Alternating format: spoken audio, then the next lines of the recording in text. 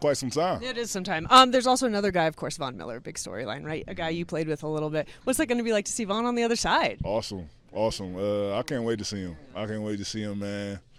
That's big bro forever. That's big bro forever, and always going to be the top dog in this league. So, yeah, I'm really excited to see that dude.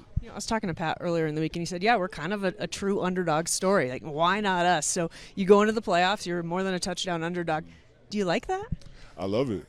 I love being an underdog. I feel like the more people that count you out, it just gives you more motivation. And like you said, the saying is, we all we have, we all we need. And that couldn't be more real and more true just for how the season has gone and what we got going on now. So the Broncos were in the playoff 9 years ago. Wow. So what were you doing 9 years ago? You were how old? I was, 18? 18.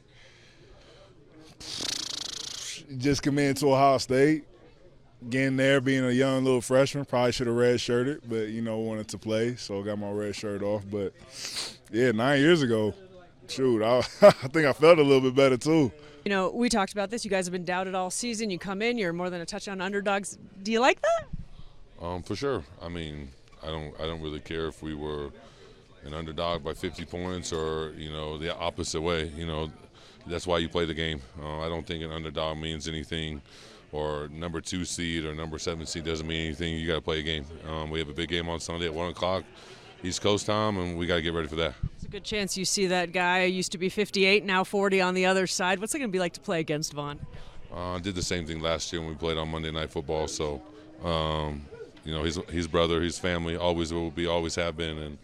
But when we have Sunday, he has a different jersey. So I got to do my job, and he's got to do his job. But I love the guy. I think the world of him, and I want nothing but the best for him. So the last time a rookie quarterback won on the road in the playoffs in his debut was 2012. Actually happened to be Russ. What gives you confidence that Bo can be that next guy? Watch the film, I guess. You watch the film, and he does exactly every single day. He's the same guy every day. It doesn't matter if we're up by 30 or down by 30. He's just the same dude. Nothing phases him. It's fun to block for him, and I'm excited to see what he can do for us. It's going to take all 5 of us up front to make sure number 10's healthy back there, and when we do that, the sky's the limit for us. I want to start with, obviously, you're one of the guys that played with Von. You're going to see him on the other side. What's that's going to be like? Oh, it's going to be awesome. Von's a great guy, especially I just remember my first year here, him taking me in, as a rook, and being such a cool guy. I can't wait to see him. You go to Buffalo, notoriously one of the hardest places to play, but you got the win last year. What's the toughest thing about playing in that environment? Yeah, I think obviously just playoff environment. We got to be locked in from the get-go, and they're obviously a good team, so we just got to execute, play at a high level, and play our best ball on Sunday. Really interesting game. It's the team with the most sacks in the league against the team that's given up the fewest. So how do you get to a guy like Josh Allen when that doesn't happen often?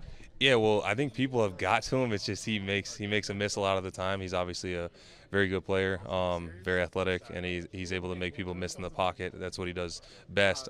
So for us, it's just everybody do their job. Everybody, keep contained, whatever it is that you have to do, and keep them in there and do our best. So we know last time the Broncos was in the playoffs 9 seasons ago. How old were you? 9 seasons ago, I would have been 19 or 20 years old. Yeah. Okay, so you were in college. Yeah. Oh, yeah. I was in college. My freshman year was when Von had the sack when they beat Cam and the Panthers. Did you know much about the Broncos at that point? Somewhat. I'm a big sports guy, so Von was one of my favorite players. So definitely knew some about the Broncos. Yeah. I think a guy like Josh Allen really hard to take down, and that offense has given up the fewest sacks in the league. What's the key to getting to him and taking him down? Yeah, I mean, with a guy like him, he's able to just make plays and move around in the pocket and be able to get out of tough situations. So I feel like just as a group, it's going to be that type of game where we're going to have to cage him in, and that's how we're going to get to him if all 4 of us are, all on one page and we're all working together to get to him.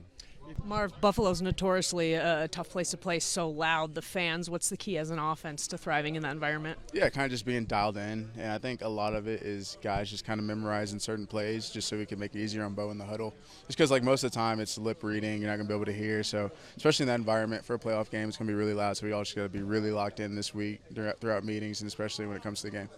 Buffalo's notoriously a really hostile environment. Offensively, what are the keys to thriving in an environment like that? Well, it's good to start fast, get a few first downs early. Hopefully one of your first few drives you score early, and then that usually helps settle things down and calm things down. But we know it's going to be tough, and the first drive will be an adjustment just with certain communication things. But we've been able to play in loud environments before, and we just got to do a good job of communicating pretty well.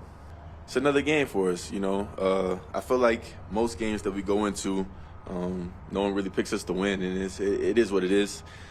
We prepare how we need to prepare, show up, and play our game. And I feel like if we go out and perform the way we need to perform, then the outcome will take care of itself. We have a really close team, and we've been working really hard at this. We've been in pretty much most of our recent away games. We've been in all of them, and a few of them we just haven't been able to close out. So I'm excited to eventually one's going to go our way. So I'm excited to just get in this environment and compete. And I know these guys, we have each other's back, and no matter what, offense, defense, special teams, somebody's going to make a play. Somebody's going to put us in a situation to go out there and win it. And then, I believe that, it's time that we can, show and prove, and somebody can go out there and take the game over and go out there and win it. And so I think we've just been, kind of building up for this moment. All the obstacles and the highs and lows we've been through this year just kind of set us up, right where we are. The advantage of being an underdog is, I think it's an element of playing loose, and in a way you don't really have anything to lose. Nobody's got all this pressure on you, so you can go out there and play your best, because nobody expects you to do well anyway. So it's cliche and it sounds cheesy, but most people, they literally didn't expect us to be here, so we might as well continue to not worry about those things and do what we can do and just worry about ourselves. And when we've done that this year, we've had good success, but it's definitely not going to be easy.